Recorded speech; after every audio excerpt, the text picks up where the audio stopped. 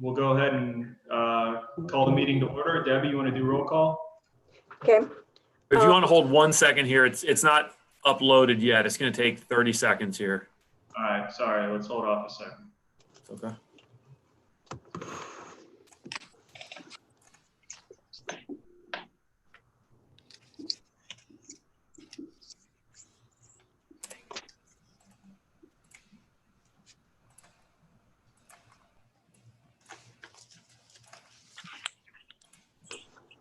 All right, I marked this live, so let's go ahead and get started.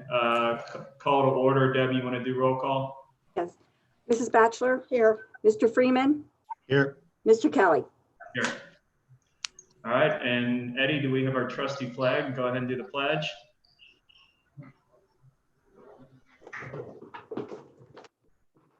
Debbie, would you like to lead us in the pledge? Sure. I pledge allegiance to the flag of the United States of America and to the republic for which it stands, one nation, under God, indivisible, with liberty and justice for all.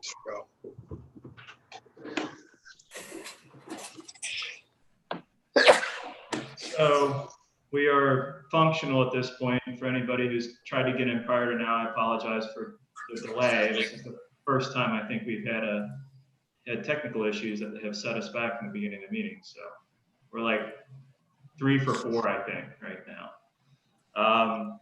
I think the idea and purpose of today's meeting is what we've done in the past. It's basically a work session for our priorities as far as kind of a 30,000 foot high level view of the stuff that we're working on, how it's fitting together and piecing together, what our priorities are going to be over the next year or so. So coming through 2020 and the end of 2020, beginning of 2021, I think we're kind of looking at our priority planning and getting into some of the stuff that's more high level that we don't have time for at our normal meetings. So typically our normal meetings, we get into a lot of particular hot button topics. We get in the weeds in a lot of it and a lot of resident participation and stuff. And that's great. But some of the other stuff like planning and things we don't have time for. So that's why we set time aside today to go ahead and dive into some of that stuff. So it's going to be a little different than our typical format as far as, resident and participation. If you guys want to participate, I'm not going to, you can, but I really ask that you hold any questions or comments more toward the end so that we can kind of focus on working through some of this stuff and going over things that again, we don't typically have time for in a normal meeting. So I kind of let Loretta kick things off, and then anything that you guys want to get into the weeds on, or any of these hot button topics, Emilia, anything like that, keep in mind we have a trustees meeting next Wednesday, so we'll have plenty of time for that and plenty of time for more participation at that point. So I'll kick it over, unless Bonnie and Alan have anything to add, I'll kick it over to Loretta to go ahead and go over what some of the priorities this year are and what we're going to discuss. That sounds great. So I've just asked Eddie to give me the capacity to share screen, right? So I think I can do that.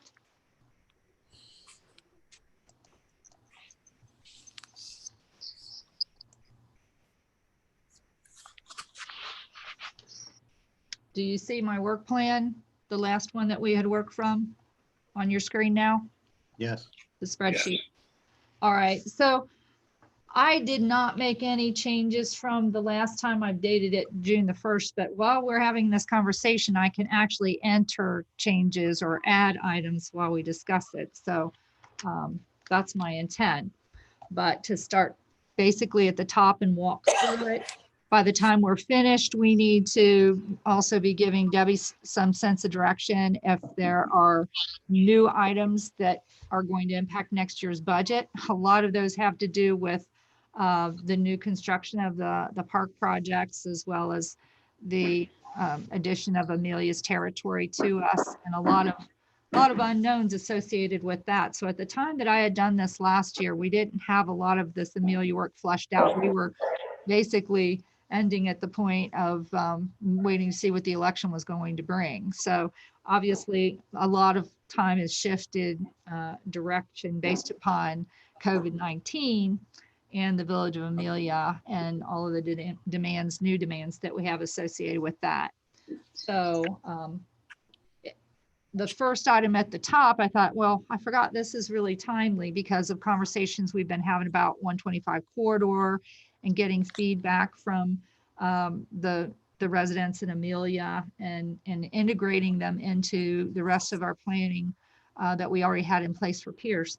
So this community survey item now really kind of moves to the top because in relation to the 125 study that we talk about later on this document, we're proposing that we do a community survey now, at least to make sure that we can get feedback from the former Village of Emilia citizens about that new project area. And, you know, it will be open to any citizen to respond to. So Eddie's drafting some questions. We think it shouldn't be too complicated, maybe 15 questions overall, with a bit of a focus on Emilia and the corridor. So I don't know if Eddie or Alan want to chime in on that element, but I see the community survey we were originally thinking about is evolved into maybe this kind of special area study that brings Emilia into the fold. The only thing I would add is that I think this is increasing our level of communication with the residents of Emilia who are now Pierce Township residents. I think is very important. I think in the last couple of weeks we've seen examples of where communication can go awry. So I just think we all need to be on the same page, and to the extent that we can reach out to Emilia, former Emilia residents, to be able to touch base with them and see what their thoughts are and where their heads are. I think it's going to be an added bonus for all of us.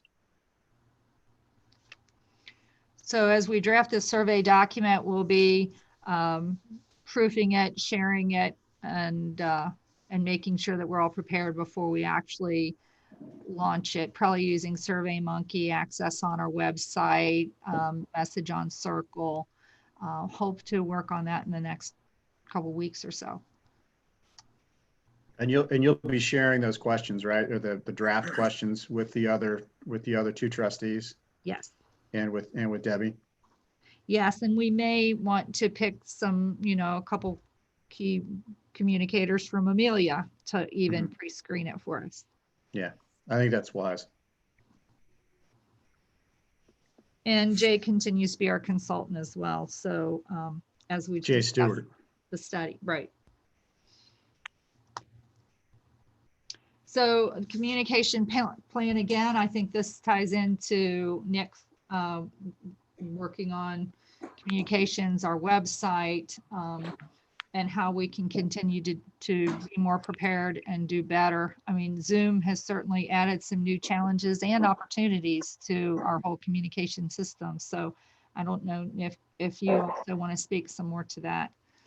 Yeah, well, I mean, just to fill you guys in, Bonnie and Alan, we have been working on just basically going through the website, and kind of what we did a couple years back is just cleaning things up, getting rid of stuff that might be outdated.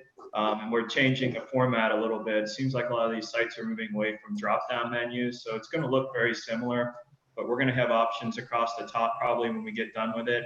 The same options that are there now, the same main categories. But when you select them, it's going to give you everything for that option down below instead of a drop-down. So just like trying to stay up with the times and trying to stay current and trying to make sure it's user-friendly and everything is relevant. Nick, I think that's great because I think one of our biggest complaints from residents was that we had outdated information out there, and I think it looks a lot cleaner now.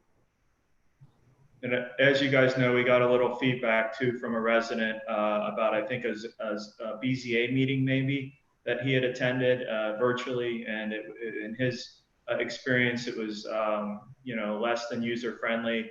And so Eddie and I have discussed that quite a bit. And he's going to move toward doing some more education with the members of that.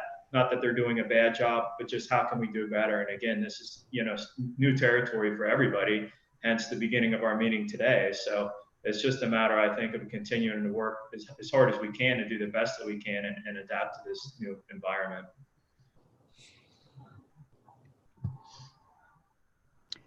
Also, I know that Alan and I communicated about these park projects, and we need to come up with some launch piece. Hopefully Jenny can help us draft something once we get some more information about the park path project. We'll have the park path and the learning center and the resurfacing of the courts all happening probably within weeks of each other, under construction at the same time. So that's information that's important to share. While it will disrupt use of the parks, it will also create something new that we can enjoy in the future. Another aspect of that we'll talk about in budgeting conversation is that we are going to have more infrastructure that needs to be maintained and staffed at some levels. And at the parks meeting last night, we talked about creating a reservation form for shelters, because they already had one in Grove Park and a process. And then we'll have the new learning center. And usually if you have events, you need to have weekend garbage collection and monitoring of those kinds of spaces. So that's something to keep in mind. But communication of these projects that are going to be launched and what they're going to be in the end, we could probably add some visual aids to that. The Parks Committee has also been doing their own digital newsletter, and I think that that's very helpful too. I don't know how much feedback we get from that, but that's a really nice piece that Lori Wilson has been drafting and putting together that goes out on Circle, as I understand it. Jenny, do you have anything to add to that? Hi. No, I don't. Well, we're glad you're here. Well, thanks. Glad to be here. Speak for yourself, Loretta. Hey, now. Be nice there. I'll try. No, he won't. No, you're right, Bonnie. He won't. Okay. I mean, something's still on the plate, and as soon as Eddie came in, I put on his plate was the audio-visual challenges of our meeting space. So that's something still in the long run that we'll probably need to keep on the list and decide what level of investment we need to make in the future to make that space more usable once we're allowed to sit together again. I don't know how many of you were able to see the parlor while we've marked it for 6-foot bubbles around everyone, but you can only get about 13 people in there now. So it's pretty challenging. For anybody tuning in or familiar with that space, we're just kind of limited. Some other communities are doing some of this stuff in person, and we were actually considering that for this meeting.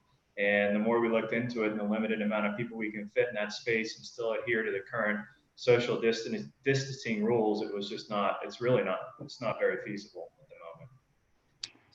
And we're also trying to, keep access away from our first responders, and the hallway down to the fire department is fairly easy to travel. A lot of people get confused and they just tend to turn right. So we've also talked about whether there's some other doorway barrier that could be looked into to place along that hallway, so people would not tend to wander that direction as they have in the past. Since we've had our door propped open, so we minimize the contact with the door handles and such, I think that, if we had that kind of situation, it would draw them into the administrative office faster. But in the long run, it's difficult to control where the public goes when they enter this building if we unlock all the doors again. Loretta, I think the conversation that Craig, Chief Wright, and I had yesterday about the glass petition, separates the administration foyer, would be the way to go, because people really should not be going down that direction at any time. That's right. That's right. And they can lock the door at the end, but you've got your assistant chief and chief. It impacts their ability to work and go in and out and relate to the rest of the staff. You had medics and firemen coming in and out of there to go into either of their offices. So it should be a restricted area. Yes. So we were looking at that. Doesn't even necessarily have to go all the way to the ceiling, so it doesn't affect the HVAC system, but he's looking into those options.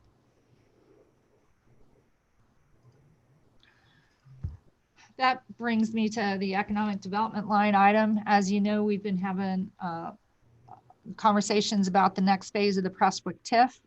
So what needs to happen is the notices need to go to the schools, which I'm going to have to get out registered mail. And there's a 30-day waiting period for a public hearing once that's advertised. So either July or August, we should be able to do that.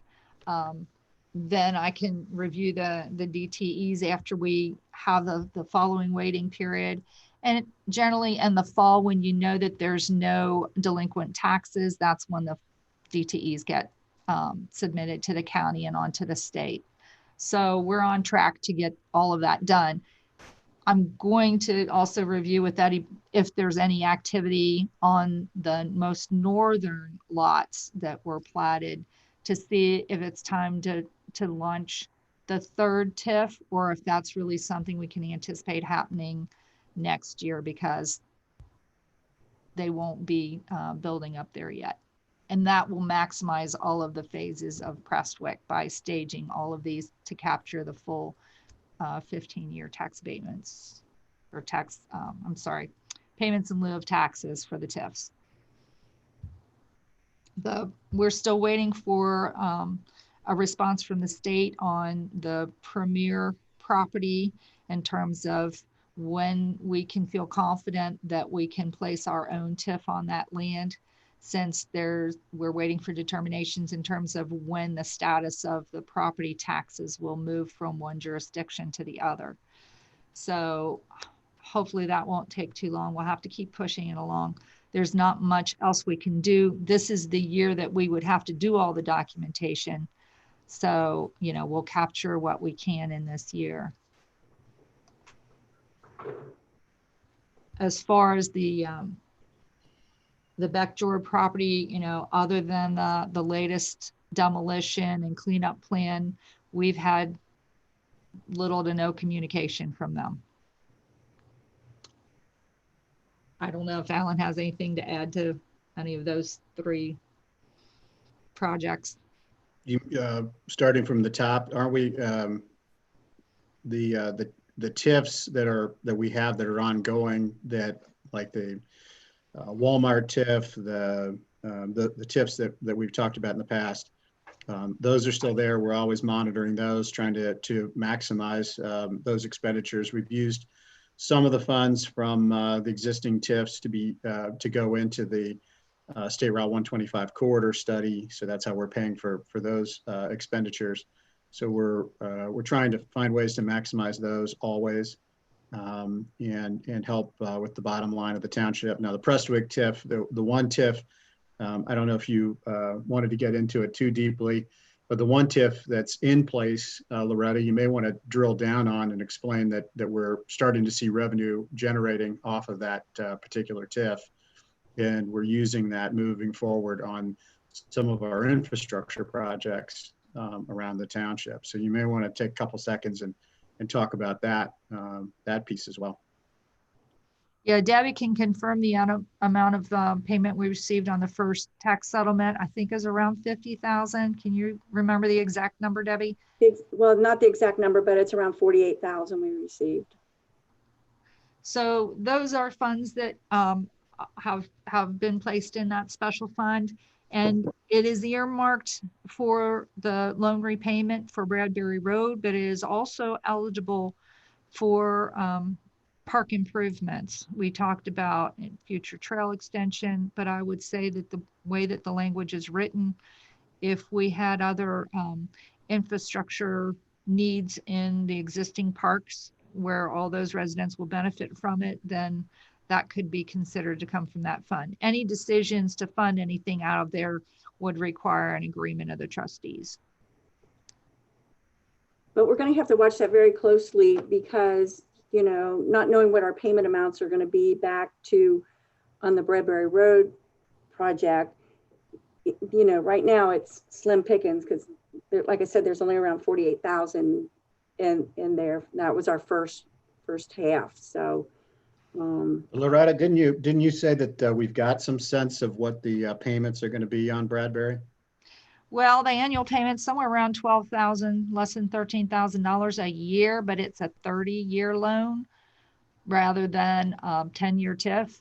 So it's just a matter of how the trustees want to look at that and plan to budget into the future, whether you want to try to set aside enough money in there first to know that you have loan payments for that, because if the roadway payments are not anticipated to come out of their 100%, anything that doesn't come out of there is going to have to be coming out of the regular road budget. Well, I So think- you can either save up a fund balance to pay future loan payments with, or you can, say what, there's a certain length of time that you anticipate paying those out and then shifting to another revenue source and then using some of that fund balance for other projects. I think to Debbie's, sorry, go ahead. Real quick, how much are the payments on that? Did I miss that? Well, it's a $500,000 project, Okay. but about $12,000 a year for 30 years. Okay, good, thank you. Alan? So I guess back to Debbie's point, I think the way I would view it is that we want to make sure that we've got enough money in that account to make our annual payments, but we'll get a better sense of what the other TIFs are going to bring in, plus what this TIF is going to bring in. So I think we're in an early stage to determine whether or not we'd want to pay off early or anything else, because we don't know what the revenue stream is going to be. We just at least know at this point we'll be able to make our payments. There's no interest Definitely. involved either, right? Correct. Correct. So really paying it off early doesn't have too much of a benefit other than just getting it off your books, I guess. Yeah, it relieves future trustees from having to deal with a debt. It's very altruistic of you, Alan. Well, it just makes your books look, I mean, then you can utilize the revenue from the TIF in another way as long as that TIF is still alive and still generating revenue. And since we're staggering the TIFs, so there's a 10-year TIF and each 10-year TIF starts, a year or two apart. We should have enough revenue to consider this at some point, paying it off early. We gotta be careful, so, Well, we always have to be careful with our budget. yep, we do. What do you guys think about doing another one of these on solely the budget, particularly with a lot of the Emilia stuff that you got going on this year? It's putting a burden on our budget, the appropriations, because, now there's extra mowing that's got to be done, extra road repairs, the extra parks, those people are wanting those fixed up. And there's extra patrols, there's extra, police department, fire department. I mean, it's tight, and, and that's why I want to reach out to everybody to kind of help me with this year's budget and try to get everything real. It's good. It's tough. We're stretching because with everything that, I over appropriated with, using extra funds, it's tough, it's tough. Nick, maybe it would be a good idea to have another work session like this for nothing but the budget, and maybe from the trustees, give Debbie a better guideline of what we're looking at. I think it would be very helpful for Debbie to have input from all of us. Yeah. Well, I think it's really important to drill down on what Debbie's talking about right now. I mean, I don't think a lot of residents understand that we are stretching a dollar twice as far. We are. Because we're not receiving any revenue from Emilia right now, but we're providing all the same services that we would provide for any other part of Pierce Township. So, we're doing more with a whole lot less. Now that some of that money will come back in once we get past all this stuff. But I just think that having another meeting and really drilling down on the specifics of what's the impact here? I mean, if we're not receiving revenue from Emilia and yet we're still paving X amount of roads plus some, and that's going to end up having an impact on our bottom line. I mean, how can we do twice as much with half as much? Exactly. Well, maybe we could put together, have that meeting, part of the meeting, put together a spreadsheet with some more specific info on where we're at maybe so far this year with spending, and some kind of better idea on how a projection for how the additional Emilia services and expenditures are going to affect us throughout the rest of the year. And I'm happy to help with that, Debbie. If you give me numbers, I can put together a spreadsheet or whatever you need. My most concern is road and bridge, because, you know, they're limited on their funds anyway. And I know John is stressing with, you know, where's he going to pay for this or where is he going to pay for that, because of the extra roads in the parks. And, you know, because the guys are having to go up there to pick up trash to bring back here. The potholes, we get calls on those. We get, it's just, you know, mowing the trails up there behind Grove Park now, and all that extra stuff, and mowing on the corner of Maple, and, you know, just different things like that. You know, that takes a lot, and try to keep up with what John does in the township, the old township. I hear you, and that is definitely was one of our tighter funds prior to all this, you know. Yeah. So, but I think all that's anecdotal, and I'm sure it's true and accurate. But we get some kind of numbers in hand, and maybe do another meeting where we really drill down more specifically, and then, you know, like Bonnie said, get you some better feedback from us, and, you know, where we stand and kind of how we're gonna land this thing with this whole transition process, which is, again, the estimation that's going to be done at the end of the year is speculatory. I mean, we don't know that. We don't know for sure when it's going to be done. And until then, we have to bridge the gap on all these expenses without any kind of revenue stream. Well, and the other revenue stream that we're actually rolling up some pretty big bills on, again, comes from the general fund, and that's legal fees. Yeah. I mean, just because of the crazy crap that the state puts us through, you know, we've got lawyers out the tail end. And so we're spending thousands of dollars every month doing nothing more than focusing on Emilia issues. Not only that, but however many, you know, lawsuits that are out there starts to drain our accounts, because we have to focus on that as well. And none of us on this board are attorneys. So we have to avail ourselves of outside counsel, and that sucks down the money fast. Yep. And, you know, that's been a concern of mine for a little while, how much we've been racking up on that side. We've already put out around $70,000 in legal fees with both. And here we are, it's June. Yeah. I mean, That's huge. And I don't know, you know, I have to assume that that's probably double or more what we would traditionally be Oh, yeah. putting out. And it's really for nothing. I mean, you know, I don't want to get on the preaching circuit here, but, you know, when the state of Ohio tells us on November the 25th, this is how you're supposed to do business, and then on March the 16th comes back and tells us a completely different story, that means that we have to invest even more in lawyers. And of course, the state of Ohio is not going to come in and give us any revenue to help pay for the attorney fees because of their screw ups. And the But that's just my frustrating part opinion. of it is, Alan, all of the money that we spent was for nothing, basically, for the first few months. Right. I mean, that's, you know, Debbie, to your point, that's $70,000 that theoretically could have been used for some of John's folks.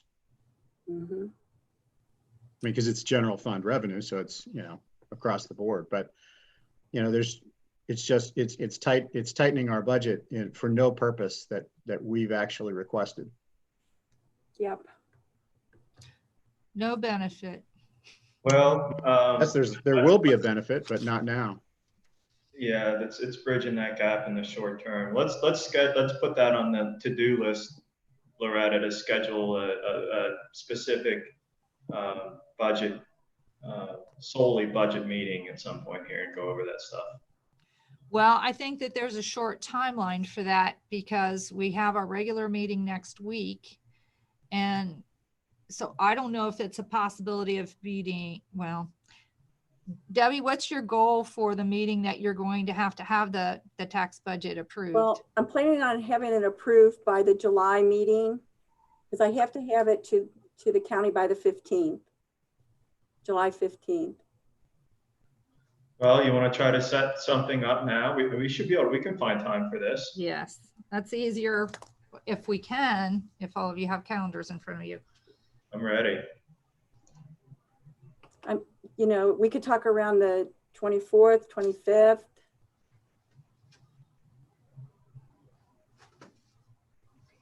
Somewhere the 20th week of the 22nd.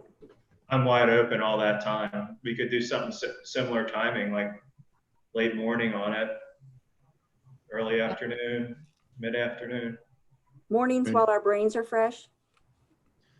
Speak for yourself. Debatable. You want to do the 24th at about 10:30? Excuse me. 24th, okay. Yeah. June 24th, yeah. 10 or 10:30, what are we doing? 10, Okay. okay.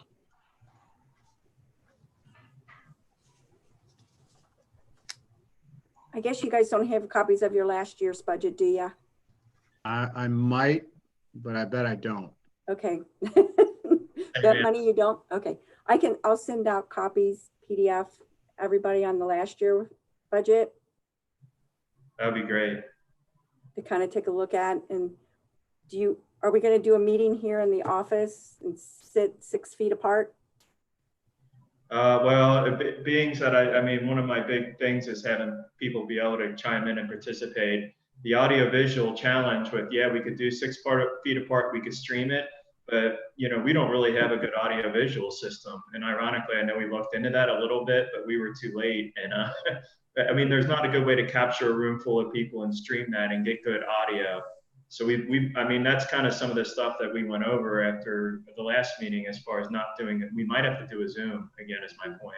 If we had a better setup like the county has, or we had a bigger space, you know, I think it would be doable, but I think we're going to.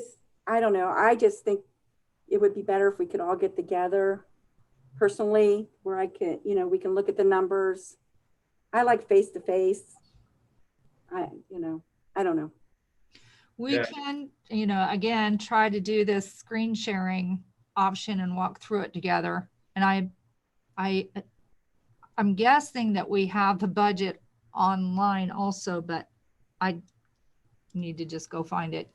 I think that we post the budget appropriations that are adopted in addition to the monthly financials, but this is where we're coming to rely on electronic documents much more so than we did in the past. Well, we'll revisit that, but I mean, I don't know if we're going to have any more information that led us to the conclusion of where we're at for this meeting, unless something changes. But let's talk about that more. We have the date set, and we can work through that prior to the meeting.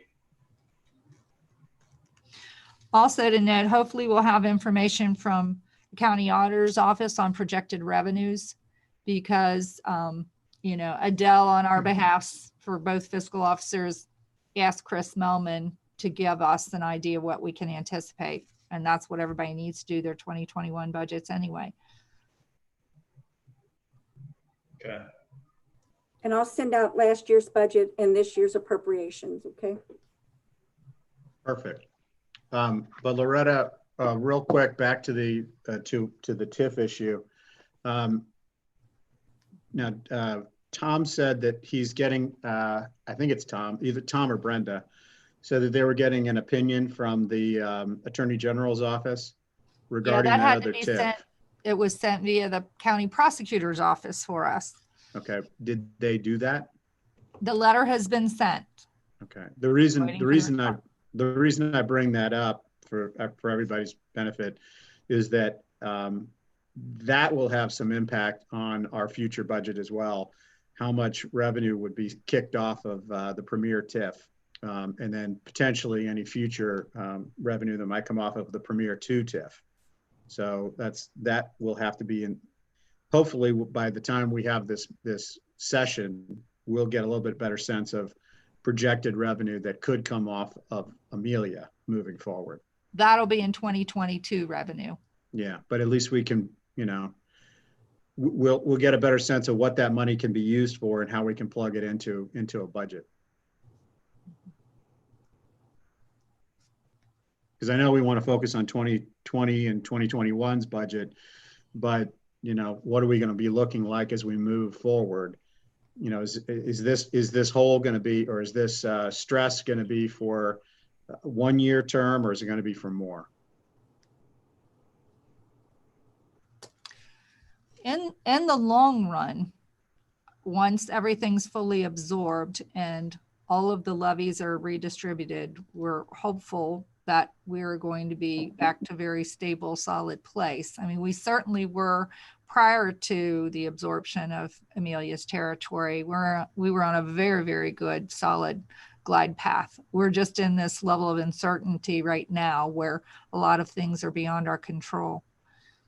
Well, and that's kind of what I would like to at least have a gray area knowledge of. You know, what is, as far as the unknowns, how wide is that unknown going to be, and how long are we going to have to be trudging along? And that's a question that I'd like to have answered in our budget discussions. Me too. I wish I had that crystal ball that could tell me. Well, I think we kind of do, just kind of looking at our numbers and what, you know, what we're, you know, our expenditures as they're kicking off. I mean, some of the things like one would hope the legal expenditures will start to drop off over the next 3 to 4 months as things start to resolve themselves. And so we know that going into 2021, we could budget less for our legal fees, hopefully. And then we also know that projected, you know, we can project that our Prestwick TIF, you know, if we received $40,000 out of the first half taxes, then second half's probably going to be about the same, conservatively. So we know we're going to have about 80,000 to, you know, around 100,000 in Prestwick TIF moving forward. So that's a revenue stream that can come online. So just stuff like that. And then you and I talked yesterday a little bit about the gas tax, whether or not we're going to be short, you know, how short we'll be on the gas tax given COVID-19 pressures. And some of that will start to come back online, but obviously we don't know how long. But you remember my prediction on the gas tax. Yeah, I remember. So as you know, as we kind of track those things, you know, we will give us a better sense of, you know, whether we're down or up or where on the revenue side. Yeah. We can control the expenditure side. We can't control the revenue side. But if we lay it out, we can project it and try to figure out where it could be, plus or minus. I got to look back at last year's, but so far in the gasoline tax, we've received $72,766. Yeah, so. And if we got a sense of what that was from the same period of time last year, I'll let you know. Yeah, then that way we know, are we treading water, or are we up? Yeah, I will. Or down significantly. Yeah, I don't, because I was working for the budget. I was, so I pulled up what our cash flow is year to date on that for this year. So. Yeah, so just John uses that for the, you know, that's his road paving money. So. Well, if everything were great and we didn't have COVID-19 and we didn't have the pressures of you know, this new Emilia, the new Emilia expenditures, yeah, you know, we would be, you know, since there's a gas tax increase and everything's wonderful, those funds would have been flush or you know, much higher. But you know, we do have COVID-19 and we do have additional Emilia expenditures. So that's the thing. If things were normal circumstances and we had more of a cushion, it would be less important that we are accurate and specific when it comes to forecasting some of this stuff. But personally, I'm probably, I'm going to have to start collecting these numbers, and we're going to have to get them in a comprehensive spreadsheet and look at them all together. Because Yeah. just listening to this number here and that number there, you guys are much smarter than me. They just kind of roll around in my head and get mixed up and I have no clue what's going on. All right. What else, Loretta? Well, I mean, related to economic development and such also is that we've been having conversations about the State Route 125 corridor. Again, now, instead of having that gap where we were working on cooperating with Emilia and a different way when it wasn't part of Pierce, we have a real opportunity. ODOT now has taken responsibility for State Route 125. People are seeing that they're making a lot of improvements. They're preparing the catch basins at some point in the future. Eddie's in regular communication with them to get updates in terms of what path they're on to upgrade signals as well as repaving the roadway. So those are matters that at least Emilia's residents are not going to be directly paying for, and Pierce Township is not directly responsible for. So we do have also the ability then, at least on our side in cooperation with Batavia Township, to add that portion of Emilia to the scope of work as we continue on looking at the State Route 125 corridor. We're also having conversations about land use, key properties, opportunities for use of incentives if we get some comprehensive plan pulled together, starting with looking at existing infrastructure and the properties that are going to be sold that are owned between Batavia Township and Pierce Township, and what we would like to see happen there. So there are a whole lot of elements that we're trying to look at as we look at the next scope of work for that. But first, the first scope of work will be wrapping up that was more transportation based and will be brought back to the trustees for presentation, as we'll also be bringing a scope for the next phase of work. So I don't know if Alan wants to add any more information related to that, or Eddie, because he's also working on all the zoning related issues associated with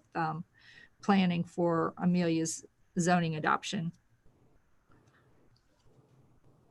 I'll let Eddie go first. Yeah, so that's a good summary of the situation. Right now, we're working to push forward on the Emilia zoning items. They received an affirmative approval from the Claremont County Planning Commission. So the next step is to go before the Zoning Commission. And we're going to be reaching out to see if that is something that people feel very strongly about doing in person, or if they want to do through Zoom, through a video conference. And then simultaneously, I also spoke to Jay Stewart in the past couple days. He's working on putting the finishing touches on the initial State Route 125 corridor study. So we should have a draft very soon on that item as well. Oh yeah, Eddie, just to close the loop. I know yesterday when we met, I guess it was yesterday, I did send a follow-up email to Jay urging him to get that draft to be made available to the other two trustees and to Debbie, so that we can get their comments and their thoughts and feedback in it as well. But as you probably remember, the original phase of State Route 125, as Loretta pointed out, it did not include Emilia. We had a big black hole that sat in the middle of it, but we did have everything from about Merwin 10 Mile all the way to the Emilia border. Then it jumped into the other side of Emilia and took in Hamlet and discussed issues around that part of Pierce Township. And so what you'll see when you see the draft, when you receive the draft, are several recommendations on road improvements for that corridor that can increase safety as well as capacity. And then also some discussion about economic development possibilities for that corridor as well. They took it in different segments, so you'll be able to look at each segment, each bubble as you go down through 125. And so mostly that's going to be infrastructure type repairs and improvements. But it's, I think it's important for you guys to take a look at and provide feedback on it as well. And you should be receiving that fairly soon. Sounds good. Going on related to all of that zoning conversation, I'll ask Eddie to provide some more updates on how his life's changed with the addition of Emilia. I am so thankful. He's been a great addition to the staff, and it's been 1 year since he was hired. And the focus has certainly shifted a lot over time with the, after what, in his first 6 months or so, all of a sudden he had a whole new work to do with the Emilia zoning and all of the permitting associated with that. So, Eddie, do you want to share a little more about how your life's been since you came here? Oh yeah, sure. It's been really, really interesting. There's been a lot of different things to get involved with. So that's been excellent. But just anecdotally with the Emilia items, I know that it's probably close to 30 to 50% of our permits coming through, as well as complaints and violations, seem to be in the actual former Emilia neighborhood limits. So it's definitely, keeping us busy. But again, that's a good thing. And I think that kind of tying back in with what we were just chatting about, the survey that we'll be putting together for the Emilia planning phase will probably provide some really excellent insights. Would be a really good opportunity to help us introduce ourselves and learn more about Emilia proper in the coming months as well. So that should also be a real interesting exercise in of itself. Great. I think the survey is a great idea. It's a good way to really make sure you get some more comprehensive data. Otherwise you're just dealing with what you hear from folks, and that information can be specific to one or two people, but it's not always a great representation of the entire group. So Just to note a couple other things that have been on our list. One is to review and update our zoning fee schedule. That's something that before everything else hit us was on Eddie's plate. He's done an initial review, but it seems a little punitive to me to implement increases in fees at this time for some matters. On the new home constructions, brand new starts, the folks in Emilia are saving a lot of money because their fees were around $800 per unit, and ours are only what, $250, Eddie? Yeah, 250. That's right. I don't think that we can justify making all of ours up to 800, but it just really shows you what the builders were willing to pay over there, and didn't really question that. But that was much higher than any of our neighboring communities. So that's really something that we'll continue to study, and I'm not really ready to bring forward any recommendation to increase fees for anyone at this time, but it's certainly on our plates. And we're obviously doing a lot of work, and we're, the permit fees never did pay for the staffing of it. As far as code enforcement goes, Eddie's come a long way. Between he and Laura, they have a great process where they document violations and have a good schedule for follow-up and second letters and so on and so forth. But again, we'll continue to have some chronic problems with certain properties. And the volume has just really increased so much with the addition of violations from Emilia. But I feel pretty confident that we're still handling it to a higher standard than we've seen in the past. Just to add one more on the code enforcement end, there's been a lot of overlap as well between planning and zoning, as well as the fire department, for example, on a lot of these items, ranging from Royal Oak to properties in the former Emilia up to Nordyke, those sorts of things. And we've had a lot of success working in tandem as well. So, particularly with Chief Wright and Assistant Chief Offord, they've been very helpful. And I think that it's pretty powerful when someone gets a letter or something from zoning, that's one thing. Then when it follows up and you get communications from the fire department as well on related matters, it can really help push people along to understand exactly how they can remedy the situation. And we're also getting a little bit better feedback from the Claremont County Permit Central as well. I know they're very busy, pretty sure they're understaffed, but we've had some pretty good breakthroughs with communication lines on them as well.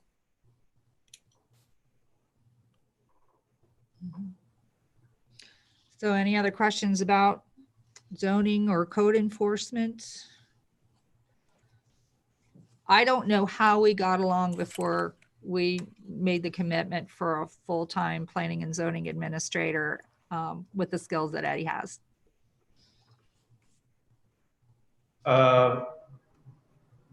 Do we have any kind of, what about like doing a review, 1-year review for Eddie or something? Or we have anything? Yeah, I had a 6-month review with him, and I'm prepared to do a 1-year review as well.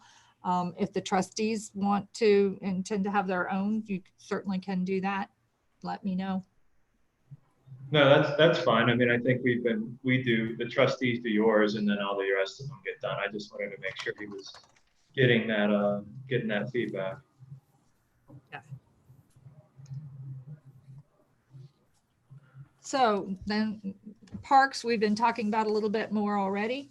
Obviously, we have the Learning Center on its way. I picked up the building permits yesterday, day before yesterday. The contractor picked up all the permits from us yesterday. While we're sitting here, there's a pre-construction meeting for the Park Path project that's going on in the trustee meeting room. And one of the, I believe it's George Carpenter from the Parks is the designee who's also sitting in on that, so that we talk about communication. I think we have pretty good communication between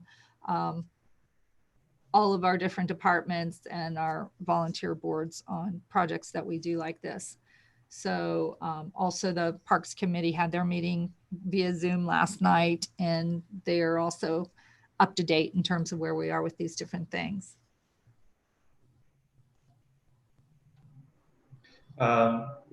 We kind of still have possibly appointing another member to the Parks Committee on the back burner, right? Yes, and both of the other candidates were invited and encouraged to start participating in the Parks Committee meeting so they can get acquainted with how that group works, and the group can get acquainted with them. And Mrs. The lady who's the nurse, and is it Ryan? I'm sorry, I don't have her name in front of me. Ann Campbell was one. Ann Campbell, that's the one, Ann Campbell. Her husband's name is Ryan, I think, Campbell. She participated in the call last night. So she was there. I talked to Keisha Fontaine, and she didn't make it on the call, but they've both been added to the emailing list from the Parks Committee. So they'll be getting regular correspondence. So after some period of time, we can revisit that. Okay. You do have resumes. Just speaking of appointments, you did receive an email from Eddie yesterday that gave you the candidates so far that we'd received for the zoning commission appointment. So you'll need to consider those, and hopefully you'll be ready to make a recommendation at the regular meeting next week. And those are what you've received so far. And I guess you could receive one by mail that's late, but that's closed, right? And that's probably all we're going to get.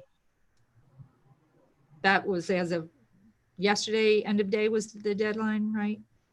Yep, that is correct. Something could always trickle in, but we'll definitely let you know if that happens. Okay. As far as other future park improvements, obviously there's still fundraising happening for the dog park. They're getting very close to closing that gap. Park use policies have already been adopted. We talked about park shelters and future documents and processes that we'll have to have approved by the trustees, and the Parks Committee's preparing those first drafts. The long-term, costs of park maintenance with the addition of the Emilia areas is something that we'll be talking more as we look at the budget. the resurfacing of the tennis court and basketball court. Again, that's a grant program. So we have a lot of grant money that's leveraged in all of these projects. We also, the Pierce Preserve and Trails, there's a little more work to be done there. Again, we've had to add the contract for mowing of that space. And I don't know if Alan wants to add any other information related to that and all of these projects. No, there's some trail work that's being done right now. But yeah, I mean, I think that project's coming along pretty nicely. And if you haven't had a chance to go out there, go out, take a look at it.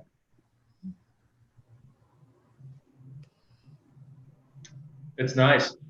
Last time I went out, I did hear gunshots though. That was just from That me. was Don't worry. Alan. Yeah, it was just me.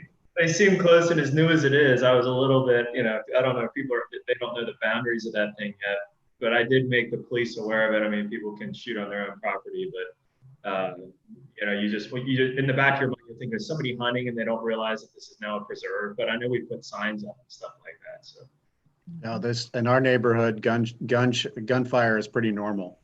I mean, it's Saturday afternoon. It's like, Yeah. it's like target practice. yeah. Well, it's at my house too, but I'm in an environment I'm familiar with. I have nothing through my window on my back patio yet, but Right.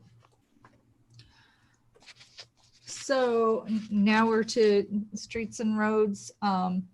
The bid advertisement is out right now, and I think it's due back June 15th for the resurfacing. And I know that there has been a lot of conversation between John and Debbie in terms of what we can afford to do and what the plan is for that. Do you have anything to add to that, Debbie? Not at this time, just, we gotta watch it. I don't have a money tree in the backyard. Mm-hmm. Again, as far as assessing the roads, now John needs to add Emilia roads to all of the spreadsheets that he's done in the past, and that takes time. So that'll just be a goal to integrate the Emilia streets into our list of street conditions and what needs attention. The Jenny Lind road improvement, we've already had the pre-construction on that, so that should be moving forward quickly. And that seems to be, staying within budget and pretty efficient. We also have Bradbury. Bradbury is the challenge is still to get response from all of the property owners that have to sign right-of-way agreements with us. So I have one resolved, one response without concurrence yet, and two that didn't respond at all to the last correspondence. So I have to follow up with all of them again this week and get that resolved so we can finalize the plans for bid. And the county has to review all of the plans for us. We can't do it just on our own.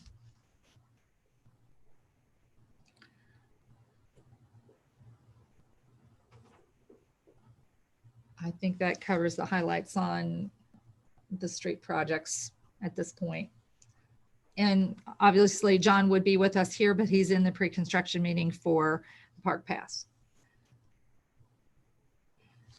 As I understand it, the county is actually getting ready to put out their 5-year plan. I think they made a preliminary report to the county commissioners, and there's going to be the sewer line improvement that is going to impact 9 Mile. Yeah. So that should be helpful. And of course, part of Bradbury Road is including a new water line that the county will be improving and planning to extend along Bradbury Road 9 Mile into the future. There's also, we discovered yesterday, thanks to Chief Wright, that the county also in their long range plan have proposed a number of water and sewer projects around Pierce Township. So I'd like to get my hands on that list to see if we can jump off of those and use those as leverage for other infrastructure improvements. Alan? Yes. Alan, Yes, during ma'am. the commissioner meeting last week, Lyle Bloom listed everything that they were doing in Pierce Township, so it should be easy to get that list. Yeah, I called Lyle and left a message and asked him to email it over to me. He's got other things on his plate. So yeah, I just called him yesterday. But I'd like to just kind of take a look through there to see if there's an opportunity. I mean, if they're going to tear up a road, it gives us maybe the opportunity to leverage that for a grant or some other program. I noticed that I do know that there are several projects over in the Locust Lake area. So if those dovetail nicely into another priority of ours, then maybe that gives us a jumping off point for 2021 or 2022 to help move those street repairs forward quicker.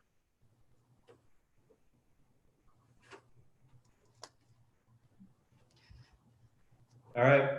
Okay. Regarding the cemetery, there's some hopes and plans that at some point, John and Laura will be able to get back to looking at some possibilities for future improvements and revenues for the cemetery related to columbariums and scattering gardens, which several other cemeteries have begun to sell. Unfortunately, it's a matter of time and resources. And while they've collected a lot of information, we're not ready to launch a recommendation yet. I can tell you that cemetery lot sales and immediate needs have increased quite a bit. Was this on our priorities from last year? It's been carried forward. Yes. Yeah. Since last year. What's the deal? I mean, can we get some numbers together and figure out what we want to do with the fees? Have we figured that out yet? Oh, the existing fees have been reviewed every year. That you do. So that's brought forward. Laura usually works with John and prepares that and brings it forward near the beginning of every year. So the general cemetery fees we have done, but as far as investigating the construction of a columbarium and pre-sales in order to generate enough capital funds in order to initiate something like that, that's more complicated. Loretta, didn't John have a meeting with a couple different companies about we talked about the scattering gardens or an above ground, I thought he did have a couple meetings with people.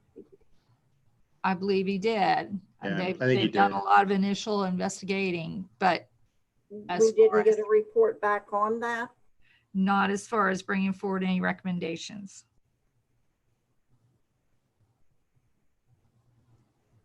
Because we talked about a cremation wall, because a lot of people are going that way now instead of a burial. I know we talked to someone up at Winter Conference, a company, and I thought he was going to have a meeting with a representative from that company. We need to ask him what kind of information did he get from those meetings? We're going to update this whole spreadsheet when we're done today, right, Loretta? Yes, I'll do the best I can. It's a matter of John's priorities and mine and what's necessary right now. But yes, absolutely. And then maybe some dates on these two, so we don't lose focus. Like that cemetery thing doesn't go on until next year again. Not that it will. I'm just saying. Well, it may because of just what has to happen between now and the end of the year. But that's going to be John's responsibility to sort out what he can do with the resources he has. Put a date on it. Put a date on it, please. That's all I'm asking. Just put some dates on stuff so we track these like you would typically track priorities and tasks with any kind of progress tracking. But we're not really asking John to actually commit to doing those things. But if he's got a report and he's talked to somebody, which if memory serves, he has done those, the legwork, putting it into a report to us so we can get a sense of what it's all about. I don't know that that would be that onerous of a task to put a date on that. Yeah, I think a report should be able to be prepared fairly At reasonable. least then we'd know if it was something feasible that we could actually look at, Loretta. Right.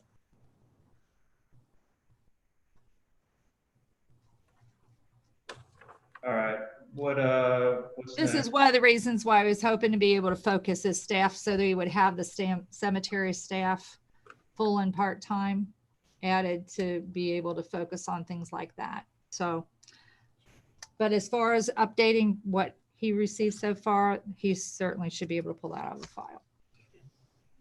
Sounds good. Again, we talked about being more intentional in terms of evaluating our facilities and projecting out what our needs are. We had made some improvements to the skylights and the roof and taking care of problems that we had. We had a lot of HVAC issues that had to be addressed in this last year for this building. So this again is something that has had work in various elements of it, but the goal is to get to a comprehensive report in terms of what's needed before something breaks. Well, and if I can for just a second on that, so Assistant Chief Alford really did jump into the HVAC stuff right before the COVID stuff started, which put us kind of dead in our tracks. But we did have some air quality testing done in the facility because of the mold that was around the vent in the workout room. And the air samples all came back fine. It was just a little bit of surface mold. And we had several commercial companies come in to look at our systems throughout the building.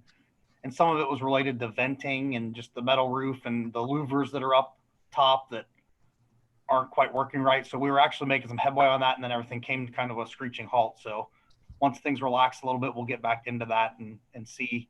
It doesn't appear that it's going to be as big of a task as we originally thought.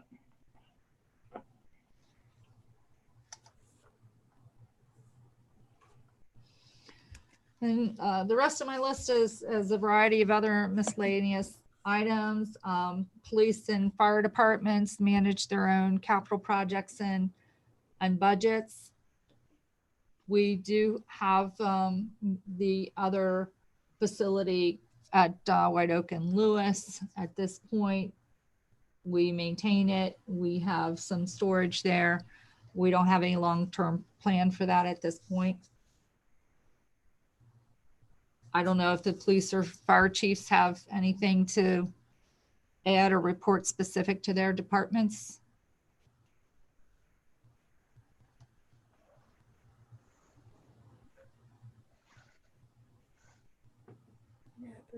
Well, for fire, I mean, our run volume to our new area that was formerly in the village, I think our run volume is about what we anticipated. Now that we're getting into this time of year, we're going to be starting fire hydrant maintenance. That we're a little delayed on that with the COVID stuff and the water department's shifted schedule.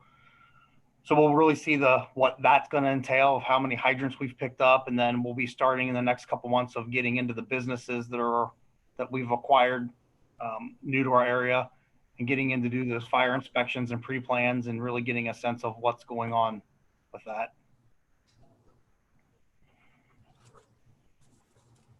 And also COVID updates every week. Yes. Yes. So, I mean, that's, at least for me, I'm very happy that things have kind of scaled back and we're only doing one conference call a week now instead of originally we were doing them every day, and we've kind of scaled back. And so, I mean, things are heading in the right direction. It's still a lot to sift through, and we're still getting positive cases throughout the county, but not like it was. So, I mean, we're still actively monitoring everything. I don't know if Chief Bachman's on anymore, is he? Don't see him. I know that they have a lot more calls for service than they had before. Plus, he's been very helpful as we've looked at these police-related vehicles, all of the police-related cases and records. He's had to coordinate with the county prosecutor's office and the county sheriff's office in order to how to determine the proper way to manage that space and those assets and the cases. So there's a big work there with all of the Emilia spaces and belongings. What was, what did we do with some of the assets that are over there? You know, the police cars, we had the discussion about the tasers and any other equipment that's still sitting over there. What did we do moving forward out of our last meeting? All of the jointly owned assets are being valued between Adele and I. So we're prioritizing the vehicles and the large equipment like the mowers. So she and I met on Monday this week and we compared our numbers. We're working on coming up with values. There are certain assets that the police department would like to retain and certain items that no one's interested in. So we're trying to develop a list so that we can recommend sales on gov.deals of the items that none of us are interested in. It's easier. So if it's an old Crown Vic, we're also going to see if there's another police department that had contacted us that had any interest in one of those, because if you sell it to another police agency, you don't have to take all of the police equipment out of it before you sell it. If a taxi company is going to buy it, then you can't have certain items in it accessible to them. So that's another matter that has to be worked through, and I rely on the chief and our mechanics here in order to sort all of that out. So we're really doing the lion's share of the work on most of that. Then when it goes to sale, we'll have to net the cost of the sale from those proceeds, and then we have to share the revenues with Batavia Township, the 35-65%. On the land sales, you had seen, and there was a property that was missing, so there'll be a revision to the appraisal that we'll be receiving from the contractor that does appraisals that's certified and qualified to do that. So once we receive that information, we'll need to discuss that and determine what process we're going to go through for land sales in the future. Then there's a variety of files and copiers and desks and chairs and wrenches and shovels. I mean, there's just an incredible amount of other personal property and public records that have to be addressed before we're at the end of this process.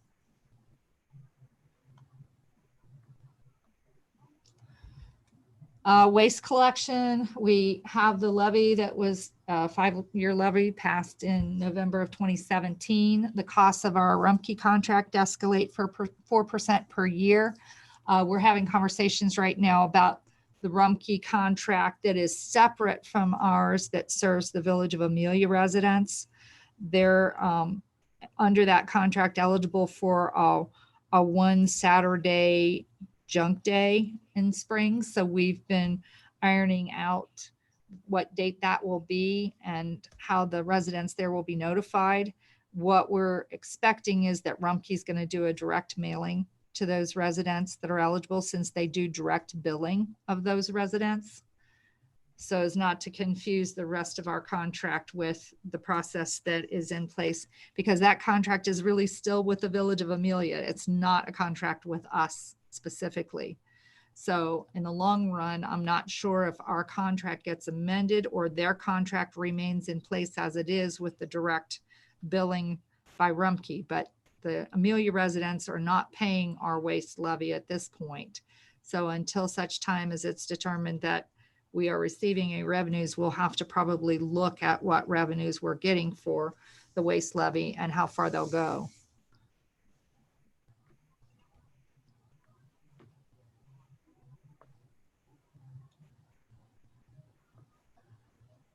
We will just, these other items, you know, general personnel matters as they come up. We've just renewed our health insurance, dental, life insurance contracts as we participate through the pool through the Center for Local Government.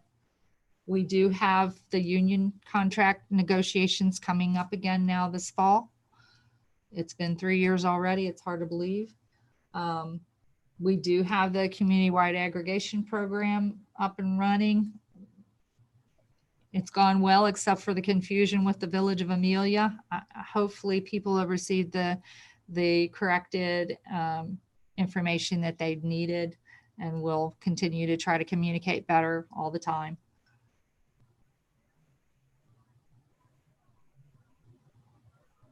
We're at the point again of looking, you know, we did, thanks to Debbie, we've been in the process of also increasing revenues from interest earnings, but of course, interest rates are not very good right now, but that was something that was instituted, such as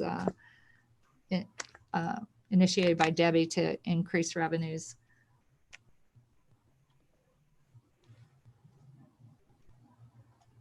We've talked off and on about needing an additional part-timer at some point in time to help us move forward further and assist staff with code enforcement.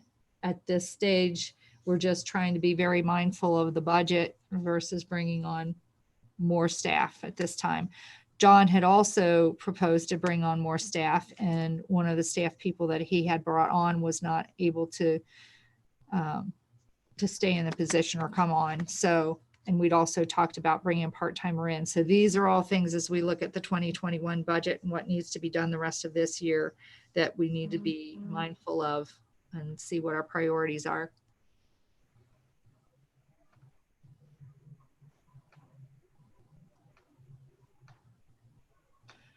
So I think that's an update on where we've been last time. I'll work on updating this document for you. Hopefully I'll be able to get a couple more things off my desk and I can say they're already done that are on this list. Are there? Once we get it updated, is this something we want to post on the website like we did? I know we posted a 2018 one or something. Didn't we skip a year? We never posted one. We posted 19 also, but I hadn't gotten direction from the trustees to really say that you wanted it accepted for posting. So after I provide an update on this one, it will be similar to what had already been there, but we'll put the new date on it. Is that like a yes or a no, or are you going to notify us? Yes, I will. Yes, I will update it, and I will ask you to confirm that it's ready to be posted. All right. What else? Anything else?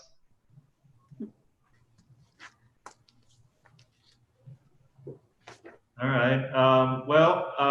Like I said in the beginning of the meeting, this wasn't really a meeting designed too much for the public participation, but Eddie, if you wouldn't mind going through the steps real quick of if anybody has anything to add, can you go back over how to raise your hand if you're on a phone, and just cover that real quickly in case anybody does have any input they want before we close before we close the meeting out here. Sure. So if you want to participate and you're calling in on your phone, you'll press *9 to raise your hand. And if you are participating via computer, on your participant panel, there will be an option for you to raise your hand. And then we'll see that you're interested in speaking, and we can go down the list. All right, so one shot, anybody has anything brief to add, raise your hand. If not, we'll probably move to go ahead and close this out. Keep in mind that we have our regular trustees meeting scheduled for next Wednesday, and we'll be back to our typical format where we have a lot more time for people to jump in and participate and that kind of thing. All right. So, Alan, Bonnie, you guys got anything else? No, Nick. All right. Do I have a motion to adjourn? So moved. Seconded. Roll call. Mrs. Batchelor? Yes. Mr. Freeman? Yeah. I Yes. still miss kicking Alan on the shin. You're welcome. Hopefully we'll be back in the same room soon. All right, guys, take it easy. Thanks. All right. Thank you. Bye.